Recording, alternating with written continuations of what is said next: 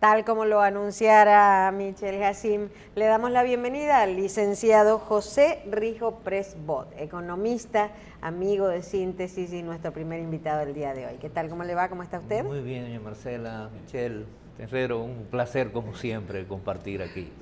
Muchas gracias por venir, Rijo, nuestro amigo de muchos años.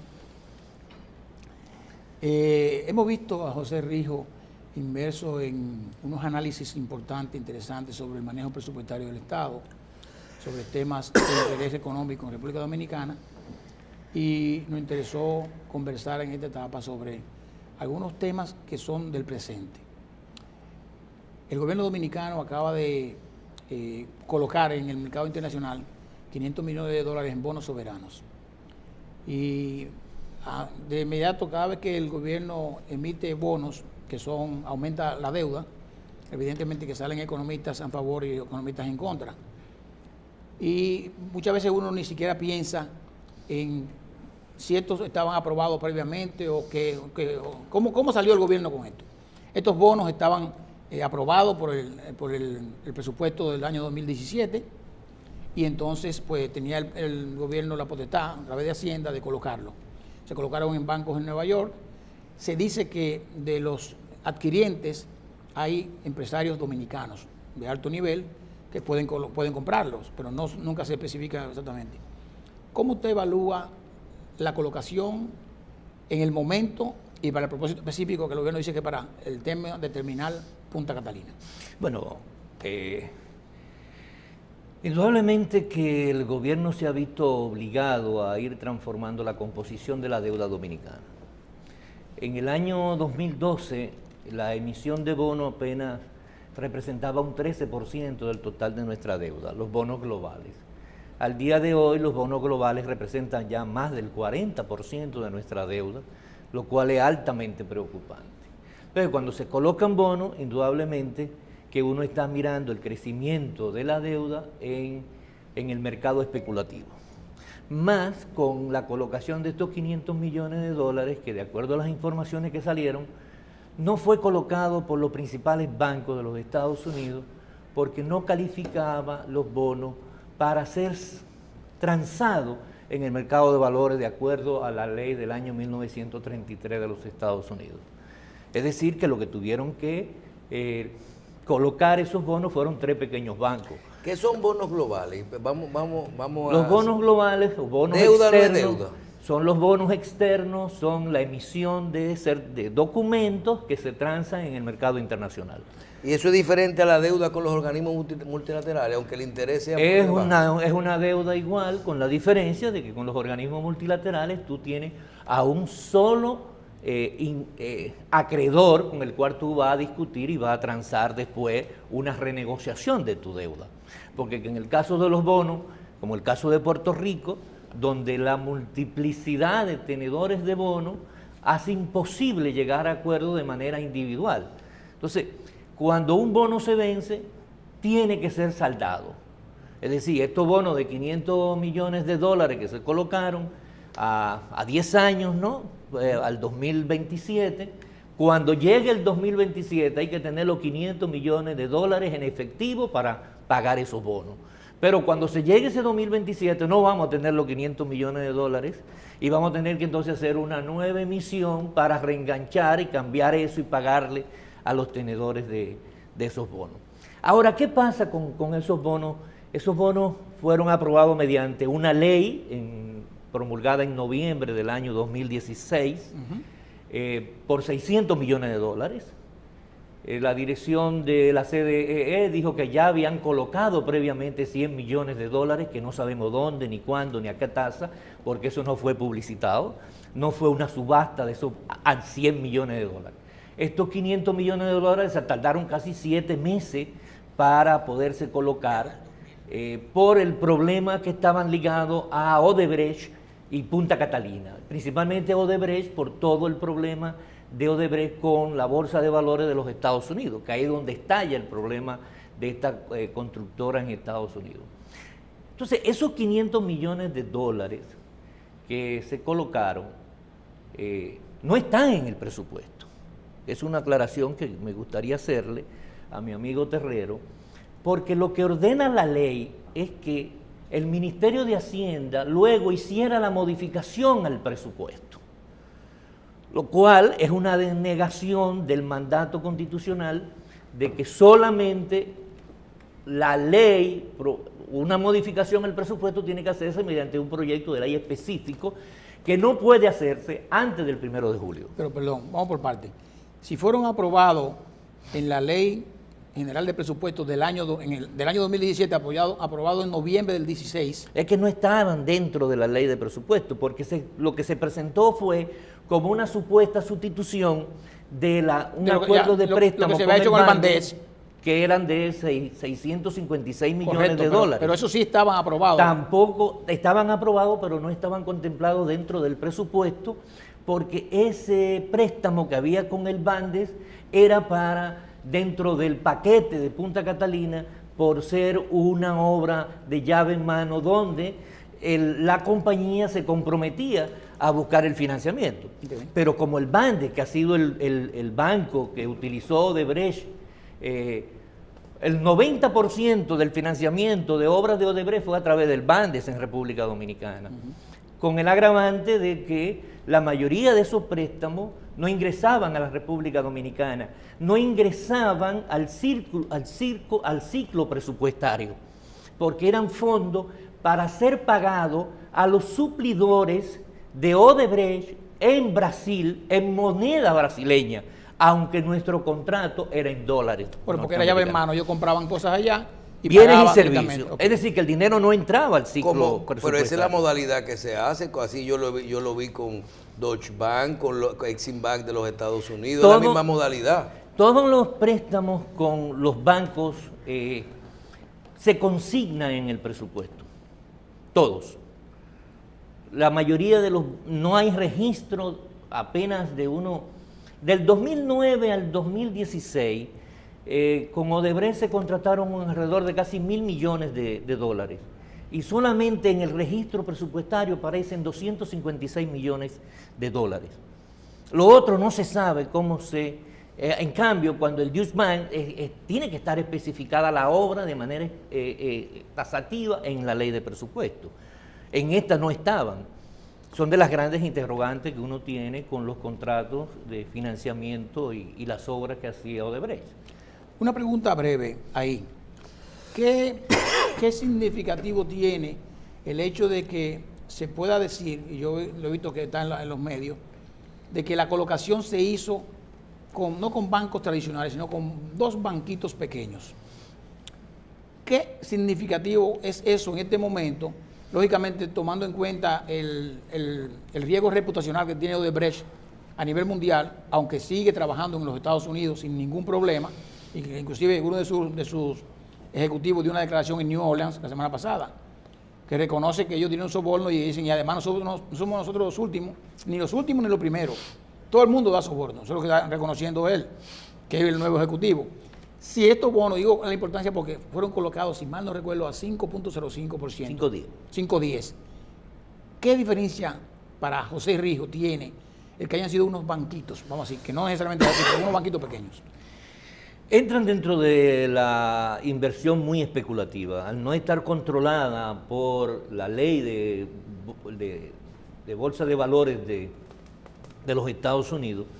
Eso requiere que no hay la suficiente información de esos bonos, que no fue transparente, que está ligado a manejo de cambio de tasas, es decir, no están regulados. ¿Esos bancos no están en la Bolsa de Nueva York?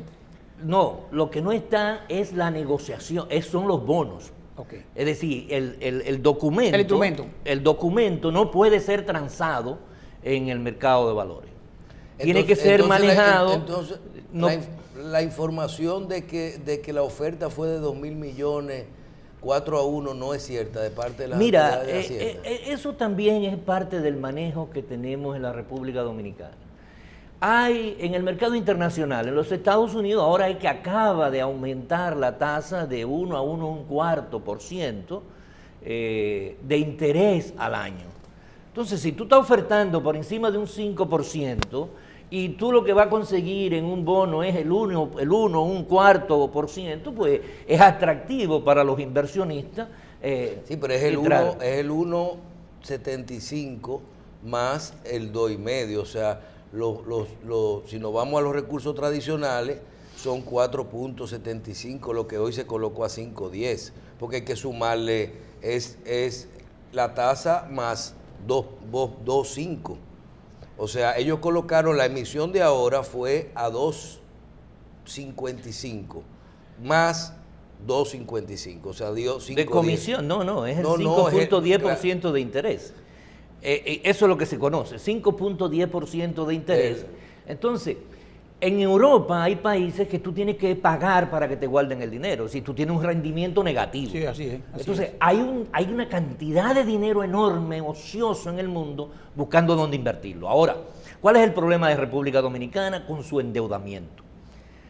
Hemos ido agotando la posibilidad de utilizar la emisión de bonos para inversión, porque el bono es un documento altamente especulativo y que tú tienes que saldarlo cuando se vence. Entonces tú tienes que tener inversión que te dé el retorno para cuando se venza. Ahora, cuando tú tomas, por ejemplo, en el año 2016, se pagaron 91.000 millones de pesos de intereses de la deuda. 91.000 millones. De esos 91.000 millones de pesos, 72.000 millones de pesos fueron pagados con bonos globales e internos. Es decir, que nosotros el año pasado hicimos emisión de bonos para un gasto corriente que se llama interés, que lo que hace es capitalizar los intereses. Y eso entonces presiona la sostenibilidad de la deuda porque no va a disminuir. No va a disminuir mientras usted esté endeudándose para pagar intereses. En lo que va de año, este año se presupuestó el 62%, hay que pagar 114.000 millones de pesos de intereses este año. Es decir, los intereses van creciendo vertiginosamente cada año. El año pasado 91.000, este año tenemos que pagar 114.000. El año que viene tendremos que pagar como 124.000. Ahora esos 114.000, el 62% se presupuestó para ser pagado con emisión de bonos también. Y en lo que va de año, al 31 de mayo, se han pagado 39.000 millones de pesos solo de intereses y 17.000 millones de pesos de eso han sido pagados con bonos. Entonces, es ahí el problema del modelo que tenemos que va a volver insolvente a la República Dominicana porque no hay manera de caerle atrás a la capitalización permanente de los intereses. Si tú capitalizas los intereses en un mercado especulativo como son los bonos, tú nada más vas a tener una sola cosa, llegar a la insostenibilidad de tu deuda. Y más si no hay un modelo presupuestario que te permite tener ahorros para pagar esos intereses. Pero, perdón, Michelle, el modelo presupuestario, Rijo, que tenemos en República Dominicana, que desde hace años tenemos un presupuesto deficitario, donde aproximadamente el 30%, 30 y algo por ciento, hay que buscarlo por financiamiento, porque el nivel de ingreso por impuestos o por aranceles de aduana no cubre lo que realmente los gobiernos pretenden hacer en un año fiscal, calendario. Pregunto, para unos países como nosotros, que no somos ni emergentes, ni en desarrollo, ni en vía de desarrollo, no sé cómo llamarlo, que tenemos que hacer cosas que hay demanda de la población, están por encima de cualquier cifra, ¿cómo un gobierno, el que fuere, va a realizar las obras? Siempre se dice, mucha gente alegremente dice, bueno, lo que hay que hacer es disminuir el gasto, parar la corrupción. Son dos temas muy subjetivos, el último más subjetivo que el otro, que hay corrupción. Pero si disminuimos la corrupción, tenemos el problema resuelto. Y si disminuimos el gasto, tenemos el problema resuelto. Bótame todos los empleados públicos, vamos a botarlos todos los empleados públicos y bajamos el gasto significativamente. Pero no podemos hacer eso. ¿Qué es lo que puede hacer y cómo es que el presupuesto no está reformulado? A Rijo le pregunto. Mira, el problema presupuestario del país es que no hay planificación. Es decir, el gobierno y los déficits comienzan realmente en el 2008 con la reelección de Leonel Fernández. Viene de siempre, Rijo. No. Los déficits aquí, tú recuerdas que como no se establecía el presupuesto dividido por encima de la línea y por debajo de la línea, el presupuesto era equilibrado, porque inclusive en la época de Balaguer siempre subestimaba los ingresos y por lo tanto, cuando le iban a pedir, decir, no, si me van a entrar 100, nada más calculo 60, sí, porque el otro 40 lo puedo utilizar a discreción, sí, y era un manejo equilibrado de la finanza. Pero con un costo social, ahora, pero con un costo social muy grande. No, pero el no costo, escuela, no esto, no. Pero el costo social también se da ahora, porque ahí vamos. Como no hay una planificación y ese déficit que en el 2008 se presupuestó en 10.000 millones de pesos y que terminó en 54.000 millones de pesos, que en el año 2012, época de las elecciones, también se presupuestó un déficit de 22.000 millones de pesos y terminó en 156.000 millones de pesos de manera ilegal. Es decir, un manejo altamente clientelar, despilfarrador de los recursos públicos y un elemento de presupuestación sin resultado. Te pongo un ejemplo. El presidente de la República dijo que este año iban a terminar los 64 hospitales que el año pasado se presupuestaron, pero que no se pudieron terminar. ¿No? Este año, de esos 64 hospitales, hay 37 hospitales al 31 de mayo que apenas tienen presupuestado para su remodelación y reparación 500 millones de pesos. No ha habido un centavo para cubrir esos 500 millones de pesos de esos hospitales tan necesarios. Sin embargo, el gobierno le ha pagado a Odebrecht en estos 5 meses más de 12.000 millones de pesos. Entonces, ¿cómo es posible que puede haber recursos para una empresa que debería de haberse eliminado de la ejecución de obra por la ley de compra y contrataciones que ustedes hablaban? Porque el problema de este país es la aplicación de la ley. Y la ley de compra y contratación es clara. Si una empresa extranjera declara que pagó soborno, tiene que cesar sus operaciones en la República Dominicana. Sin embargo, en 5 meses, el gobierno sí encontró dinero para pagarle más de 12.000 millones de pesos. El 32%, lo explico de esta manera, de cada 100 pesos que ha gastado el gobierno el 31 de mayo en gasto de capital, en inversión para el desarrollo, 32 pesos ha sido para Odebrecht. Entonces, estamos ante un privilegio y una falta de prioridad. Es privilegio sancionar, pagar los compromisos que se tiene con Odebrecht, como por ejemplo lo que pasó con el Corredor Duarte 2, que es una obra que se terminó, es una obra que no tenía financiamiento y que desgraciadamente el gobierno ha tenido que buscar el dinero. Y sin estar presupuestado, le pagaron 1.960 millones de pesos en el mes de febrero por el Corredor Duarte 2, porque el gobierno tiene un nivel de compromiso alto, de endeudamiento con Odebrecht. Y esos son parte de los acuerdos que se han llegado. Entonces, ¿cuál es el problema del manejo de los recursos públicos? La racionalización del gasto. Yo no estoy de acuerdo contigo, es decir, yo no creo en la disminución del gasto, yo creo en la eficientización del gasto.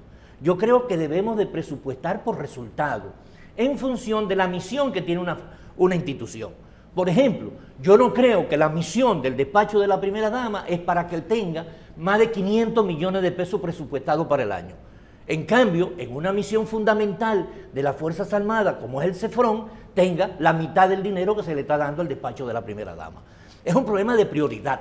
Yo no coincido que todavía sigamos manteniendo más de 1.000 millones de pesos en gastos administrativos en una oficina que ha estado llena de corrupción y de barbaridad, como la OISOE, para manejar 8.000 millones de pesos de contrata, que perfectamente lo puede hacer el Ministerio de Obras Públicas. Entonces nosotros tenemos que redefinir el Estado dominicano. ¿Cuántos consejos, cuántas comisiones existen en la República Dominicana que hacen que el dinero sea clientelar, que sea de despilfarro?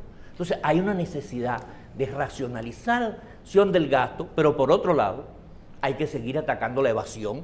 Por ejemplo, yo no estoy de acuerdo que la evasión fiscal sea tipificada como parte de lavado. De lavado, porque la evasión es producto de la irresponsabilidad de la administración tributaria.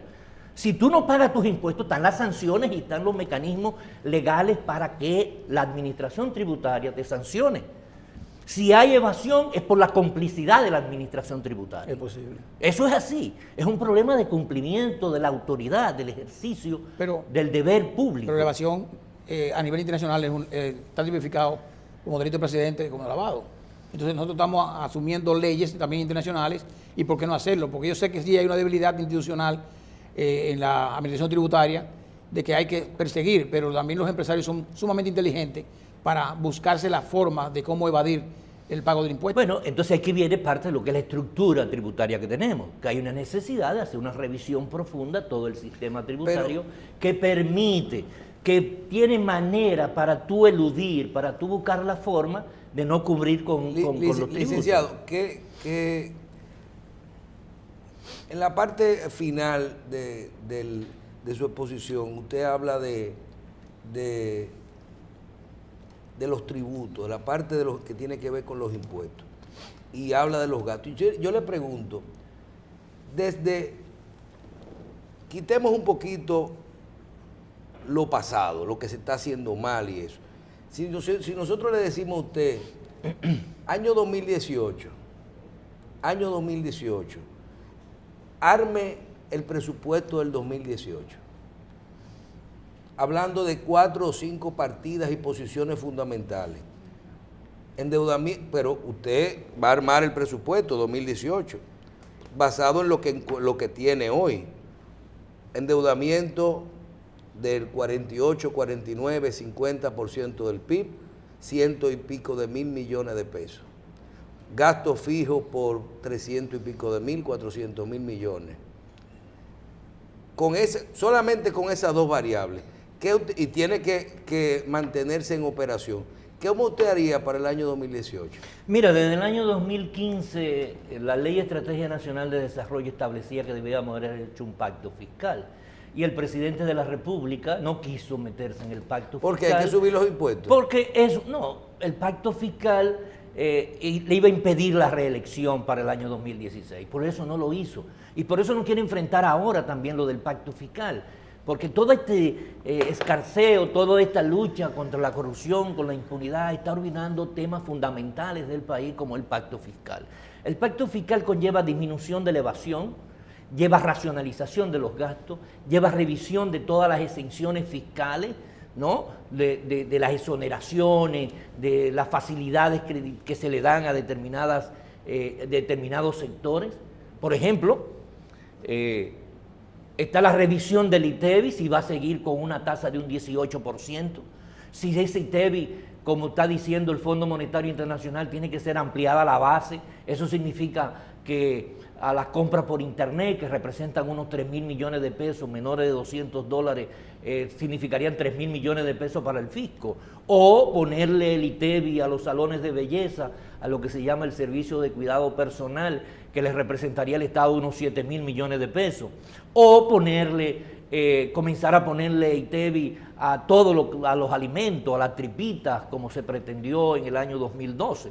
Porque la gente dice, pero le van a poner ITEVI a la tripita. Bueno, es que por la tripita viene otra. Es decir, todo el sistema de exención de República Dominicana tiene que ser revisado. Entonces, si tú no haces una racionalización del gasto por un lado y por otro una revisión para aumentar tus ingresos, tú vas a seguir aumentando la deuda, tú vas a seguir imposibilitando. Cuando tú hablas de gastos fijos de 300.000 millones de pesos, habría que ver si esos gastos fijos son reales. Porque aquí hemos venido por más de 15 años teniendo lo que se llama un presupuesto incremental. Y cada año le aumentamos 100 millones, 20 millones a las instituciones, pero no sabemos qué han hecho el año anterior con eso. Entonces, lo primero hay que ver qué se propuso conseguir este año para entonces comenzar a planificar el próximo año. Por ejemplo, este es el mes de junio. Nosotros esperamos que el ministro de Hacienda, al finalizar el mes de junio, el ministro de Hacienda y el ministro de Economía y Planificación nos enseñen cuál va a ser la política presupuestaria para el año 2017.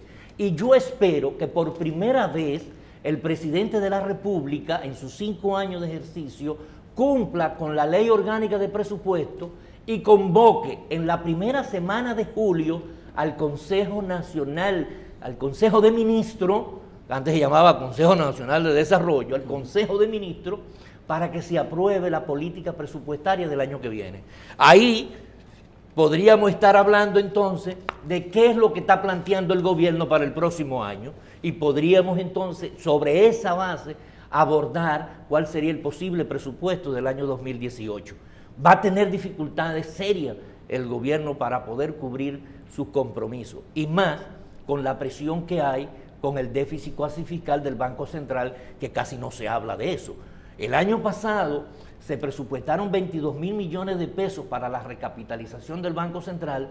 Sin embargo, en el informe de la Cámara de Cuentas del 2016 dice que al Banco Central solamente le dieron 5.600.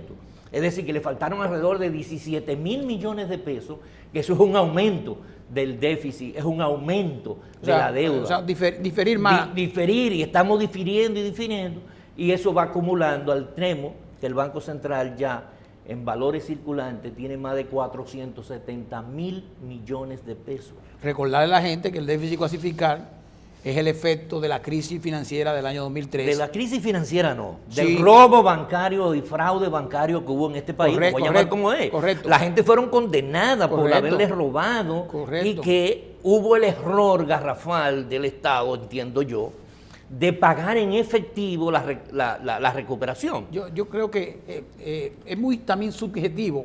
Y mira, fíjese que usted está hablando de un gobierno donde usted es miembro. No, yo no soy miembro. ¿Miembro de qué? ¿No del PRM? No, yo nunca he sido. ¿Cómo?